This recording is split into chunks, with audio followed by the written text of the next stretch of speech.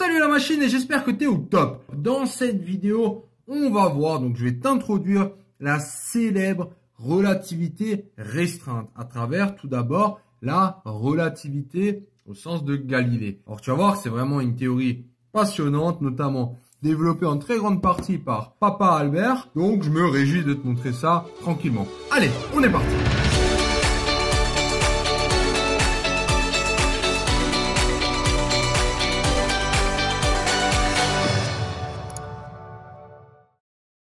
La relativité restreinte. Alors, tout d'abord, c'est quoi la relativité? Alors, tout simplement, c'est ça.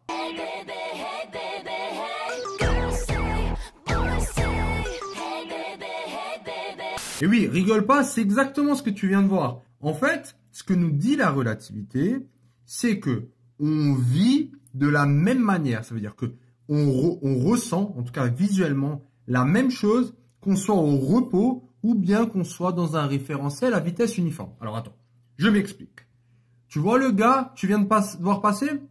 Alors, soit tu peux te dire, toi, tu étais à l'arrêt et tu l'as vu passer devant toi, donc c'est lui qui avait une vitesse uniforme rectiligne, donc il passait juste comme ça.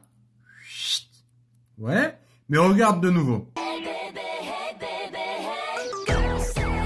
Tu vois, ou bien tu peux aussi te dire que c'est lui qui était à l'arrêt et c'est toi, en tournant ta tête de manière uniforme, on va dire, tu l'as vu passer. Donc c'est ton regard qui a fait et c'était quelque chose d'uniforme, donc tu l'as juste vu passer.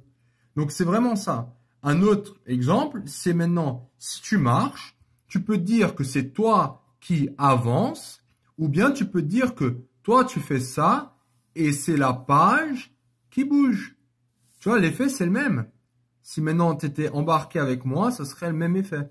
Et c'est ça la relativité. Ça veut dire que qu'on soit dans un référentiel, donc à l'arrêt, ou bien un référentiel à vitesse uniforme, c'est exactement la même chose. Donc, tous les référentiels sont équivalents, que ce soit repos ou un mouvement rectiligne uniforme. En fait, formellement, ça veut dire que la première loi de Newton s'y applique. Hein. C'est un référentiel galiléen. Donc ça, c'est au niveau de la relativité. Un autre concept fondamental dans la relativité, alors je ne parle pas encore de relativité restreinte, je parle juste dans la relativité, ce que tu vois maintenant depuis le collège, c'est l'addition et la soustraction des vitesses. Un exemple, tu es dans une voiture qui avance à peu près à, allez, on va dire 20 km/h. Et toi, par la fenêtre, tu as décidé de jeter une pomme. Alors, tu peux t'imaginer que si tu jettes une pomme vers l'arrière et la voiture, elle avance vers l'avant, ben, la pomme, elle aura une vitesse. Cette vitesse, elle va être absorbée aussi par la vitesse de la voiture. Oui. Donc, si un gars, il est là et tu veux lui jeter une pomme dessus, hein, parce que on va dire que tu veux lui donner à manger, eh ben, il va que la recevoir. Il va pas la recevoir comme si c'était à l'arrêt. Si tu utilisais la même force, là, il y aurait une force plus grande. Parce que là, si la voiture, elle avance comme ça, et toi, tu as une pomme là, ben, sa vitesse, elle va être soustraite. Donc, ça, donc tu vas être ça, moins ça va être la vitesse perçue pour un gars qui est sur la Terre. Dans l'autre cas, c'est quoi? C'est ta addition des vitesses. C'est-à-dire que si maintenant tu avances à 20 km/h et que d'un coup, tu jettes une pomme à 30 km/h, ben, ta pomme, elle aura 30 plus 20. Donc, en gros, elle va partir. C'est comme si elle partait à 50 km/h. Donc, si le gars, il est là et il se prend une pomme à 50 km/h, donc tu vas avoir à la fois la force du lancer plus tout l'élan de la voiture. C'est vraiment ça, l'addition des vitesses. Donc, la vitesse de la pomme par rapport au sol, c'est la vitesse de la pomme par rapport à la voiture. Hein, donc, c'est ce que toi, tu lances, plus la vitesse de la voiture par rapport au sol. Voilà. Donc, ça c'est le principe des additions des vitesses. C'est ce que tu as utilisé normalement jusqu'à maintenant. Mais maintenant, on est confronté à un problème. Parce que regarde, je vais faire un truc très simple. La vitesse de la lumière, on sait, hein, elle ne peut jamais être dépassée. On parle de la célérité. Mais imaginons maintenant, je suis dans on va dire que c'est la dernière Peugeot, hein, celle-là, elle bombe. Et en fait, cette voiture, ce truc magnifique, il va à la vitesse de la lumière. Bon, ça va vite. Hein. Il va à la vitesse de la lumière. Alors, on suppose, hein, je sais que ça va pas, c'est pas le cas. Et maintenant, toi, tu es dedans. Et que tu cours aussi.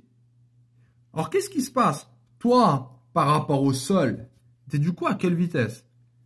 Mais si j'utilise l'additivité des vitesses, je vais avoir quoi?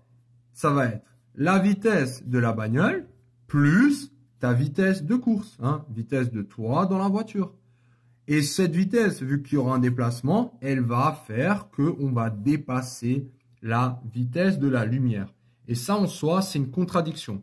Donc, à partir de là, hein, il y a un gars qui s'y est collé et on a dû adapter. Donc, on a dû, moi, j'ai rien fait. Hein. En tout cas, ils ont adapté la vitesse. La vitesse, maintenant, c'est cette formule qui a l'air juste horrible. Et du coup, tu vas me dire, mais attends, du coup, tout ce qu'on fait depuis le début, c'est faux. Non. Non, non, non. Donc, l'additivité des vitesses, c'est ça. Ce serait la vitesse, la tienne, c'est la vitesse de la voiture, plus, donc c'est la vitesse de la voiture, plus ta vitesse dans la voiture. Ok? Donc ça, ce serait si j'utilisais cette formule. Sauf que maintenant, on divise par ça. Alors maintenant, observe.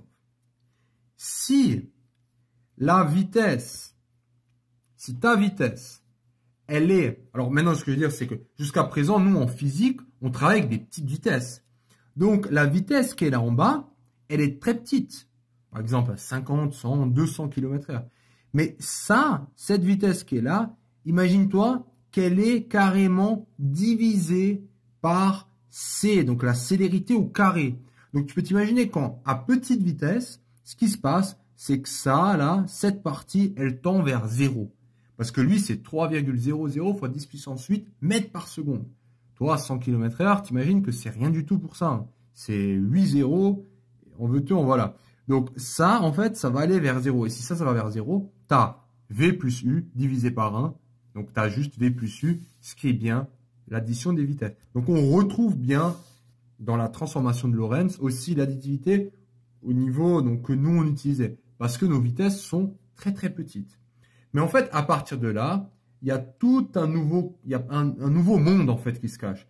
Et c'est ça qui va donner naissance à la relativité restreinte. On va commencer par cette formule. Alors, Lorentz, ça a été un des grands acteurs. Et l'autre, bah, c'est papa Einstein, hein, en 1905. Lui, il dit deux choses, deux postulats. Tout d'abord, les lois de la physique s'expriment de la même façon dans tous les référentiels galiléens. Alors, référentiel galiléen, c'est ce qu'on a vu, soit c'est à l'arrêt, soit c'est avec une vitesse rectiligne uniforme. Et les lois de la physique s'expriment de la même façon. Ça, c'est la première chose qu'il dit. Ensuite, deuxième chose, c'est la vitesse de la lumière dans le vide, notez C, est la même dans tous les référentiels galiléens. Elle ne dépend pas du mouvement de la source lumineuse. Ok, alors, maintenant, on va expliquer un peu ces postulats, à quel point ça peut paraître un peu flou. Imagine-toi, j'ai le soleil qui est là, ou j'ai une source lumineuse. Et que ça, c'est mon œil. Ou ça, c'est moi. Si, donc tu es d'accord que la source lumineuse, elle vient, elle se propage comme ça, vers moi, elle se propage là. J'ai deux personnes. Il y a moi et il y a toi. Si moi, je vais vers la source, et si toi, tu pars de la source, on a tendance à dire que, alors même si ça va très vite, moi, je vais gagner, en fait, je vais recevoir plus vite de la lumière, tu es d'accord? Que toi qui pars. Pourtant, lui, il dit que non. Donc déjà, première chose, il y a déjà ça. Donc ça peut déjà paraître un peu bizarre. Regarde autre chose. Donc, il dit, tous les référentiels galiléens sont les mêmes. Alors bien sûr, ça veut dire que si moi, je pars vers là, avec une vitesse constante, et toi, tu pars vers là, vers une vitesse constante. Donc lui, il dit non. La vitesse du photon, là ou là, c'est la même. C'est la même chose. Hein. Peu importe si la source, elle se rapproche ou peu importe si la source, elle fout le camp. Déjà, un peu bizarre, mais c'est normal. Hein. Tu verras qu'il y a plein de choses bizarres. Autre chose, donc lui, il dit, ok, non, ça, tous les référentiels galiléens sont les mêmes et la vitesse de la lumière est une constante C. Hein, donc, on ne peut pas l'augmenter. Alors, regarde encore ça. Ça paraît aussi bizarre. Si je regarde à la fois la lumière d'ici et la lumière d'ici, et si j'allume en même temps ces deux ampoules, ça paraît logique que cet œil va voir en même temps les deux ampoules s'allumer, mais pourtant cet œil, on dirait, hein, donc on a l'impression il va pas voir, en fait, il n'y aura pas simultanéité pour cet œil. Tu vois un peu l'idée? Parce que ça va être plus long. Donc, c'est toujours cette idée. On a l'impression qu'il y a une incohérence. Que dans ce repère, c'est simultané de voir les deux lampes s'allumer, tandis qu'ici, ça n'a pas du tout l'air simultané. Pourtant, Einstein, il dit, si dans tous les référentiels galiléens, on a bien les mêmes lois qui s'appliquent. Et que la vitesse de la lumière, elle va pas aller ici plus vite. Elle va pas aller ici plus vite, parce qu'on peut pas aller plus vite que la vitesse de la lumière. Donc, comment on peut avoir à la fois simultanéité sur le regard d'ici et sur le regard d'ici? Ça, c'est quand même une question. Mais Einstein, tranquille, je gère. Alors, c'est pour ça qu'il va devoir changer un peu toutes les règles. Et c'est ça ce qu'on va étudier dans la prochaine vidéo. Il va introduire, d'une part, la relativité du temps.